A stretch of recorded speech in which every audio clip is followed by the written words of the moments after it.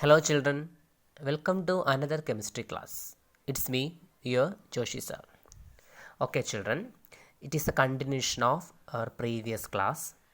Today we can learn law of conservation of mass. Law of conservation of mass. Antoine Lavoisier is a notable chemist. He formulated the law of conservation of mass.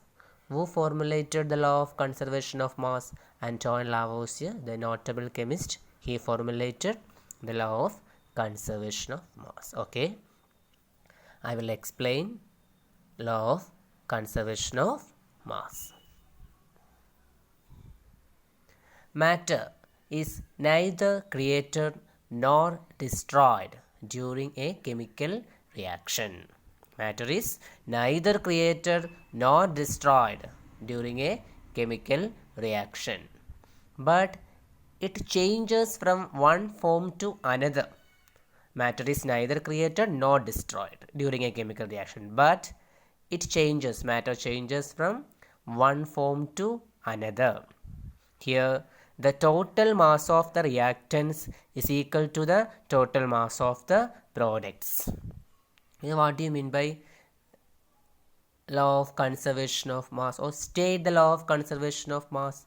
Matter is neither created nor destroyed during a chemical reaction, but changes from one form to another.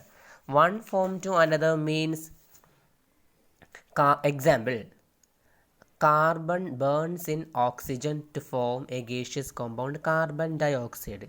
It's a chemical reaction. Okay, here carbon react with oxygen. Carbon and oxygen are reactants. Carbon in solid state and oxygen gaseous state.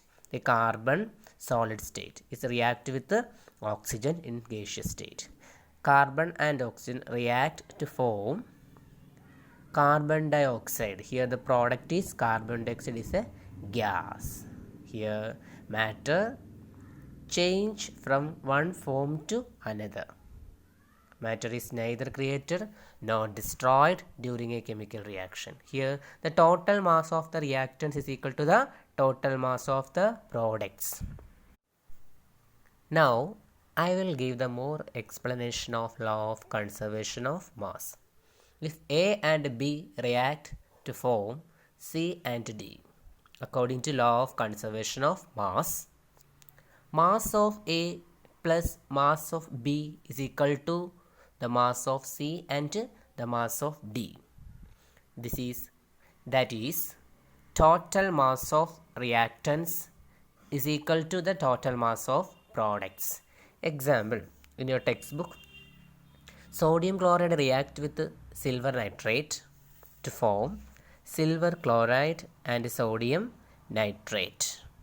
Here sodium chloride is considered as A and silver nitrate is considered as B and silver chloride is considered as C and the final sodium nitrate is considered as D. Here mass of A plus mass of B is equal to mass of C plus mass of D. That means the total mass of the reactants is equal to the total mass of the products. In a chemical equation, the left hand side, the substances which represents reactants. The right hand side substances which represents products. Is it clear? Law of conservation of mass. Matter is neither created nor destroyed during a chemical reaction, but matter changes from one form to another. Is it clear? Okay. Thank you, children.